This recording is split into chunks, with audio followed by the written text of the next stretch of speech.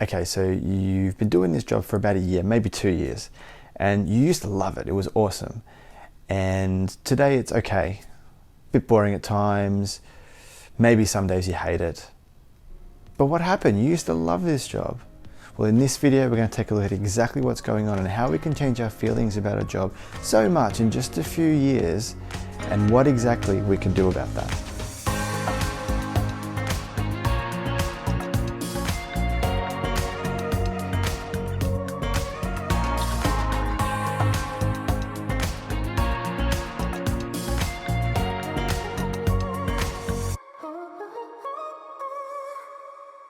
Hey there, Rick here. Thanks for tuning into the 100th Hill, where we bring to you all the best information from everywhere that helps you be the best version of yourself that you can be. If you like this video, if you get something out of it, make sure you like it. Make sure you subscribe, because there's heaps of other content within the channel that you are going to absolutely love. But for now, let's make sure we can get the absolute best out of a perfectly good job. Now, as we've explored in other videos, there is something going on in our brain when it decides if we want to be motivated to do something or not. And that is, it evaluates two really important factors, and those are value and competence. If we feel like there is value in an activity because it positively contributes to our aspirations in life, and if we feel confident that we can competently complete it, that's when we feel the most motivated. To the contrary, if we feel that this particular activity is kind of pointless and maybe we're not too sure about how to go about doing it, well, that's when we CBF and we only do something until we absolutely have to. So with that in mind, when we start a new job, what exactly is going on? Well, we're learning lots of new things, we're meeting new people, we're seeing all these new opportunities that never existed before.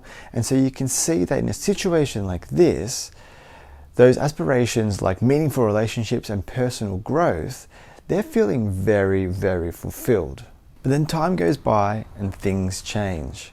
We've met all the people that we need to know and we need to work with. We understand a lot more about what we can learn from them and how they can help us.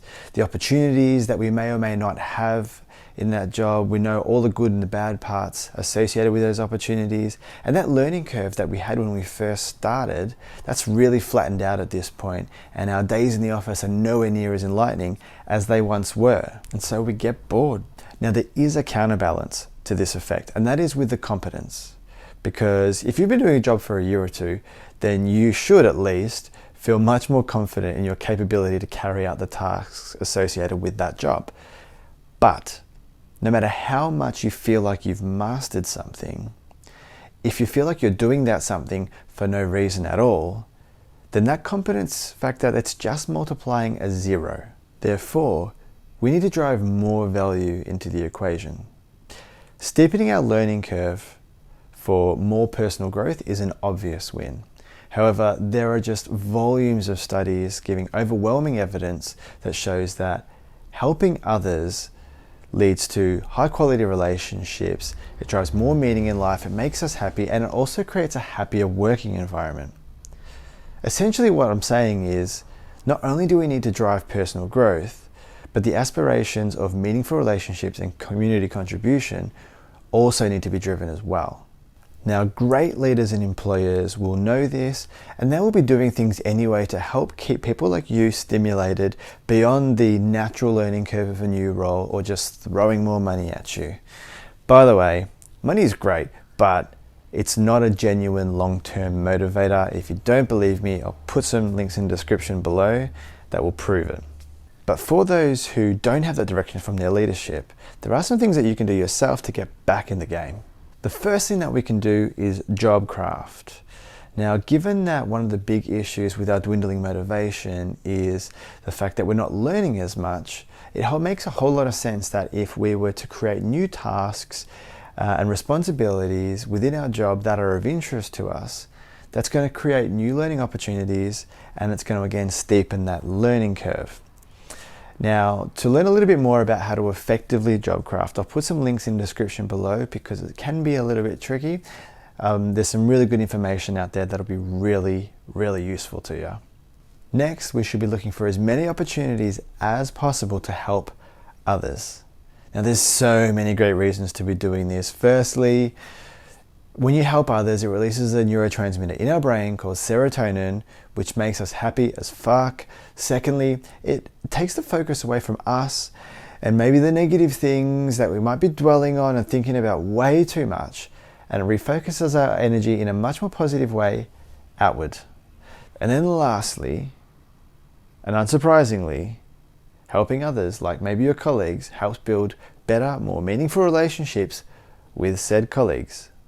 Now, the third thing that you can do is write down 3 things every day that you appreciate about your job or the company that you work for.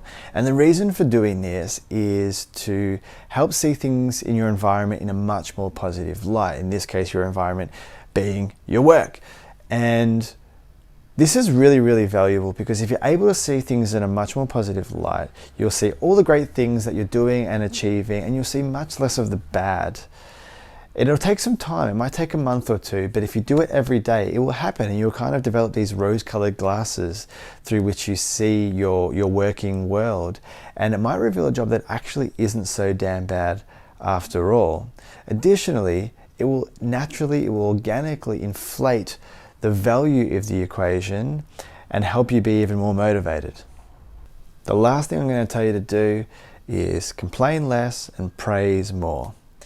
Now, it's another very simple yet very effective way of building better relationships in the office, as well as seeing the world in a much more positive light. Just like listing down things that we appreciate, this will help tint those rose-colored glasses even further and then naturally, organically inflate that value in the equation.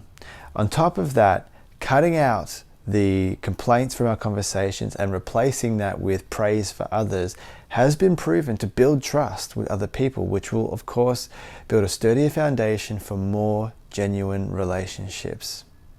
Now, one last thing that I want to mention here was another output from self-determination theory was about relatedness, or a sense of belonging. And that was, if we have relatedness in the equation, that's a massive boost into our motivation. And what better way to build a sense of belonging than by having meaningful relationships across the office? In the end, if you are finding yourself starting to hate a job that you previously enjoyed, unless something fundamentally has changed about that job, like you got a new boss that you don't get along with, or the company's going a direction that you don't like, or the scope of the role's different in a bad way, unless something like that has changed, doesn't it make sense to give it a crack and try and re-engage yourself in a potentially good job? Some days might be really, really shit and you might hate it, but if you find that you've employed these tactics and you've given it a genuine go, it will get better. And if after a little while you find that it's not better enough, then if nothing else, you'll know for sure that it's time to look for something different. If there's one thing that I want you to remember from this video, is that either way, you are enough and you do have the power to change things and be happy in your working life again. Thank you for tuning in. Hooroo from Rick.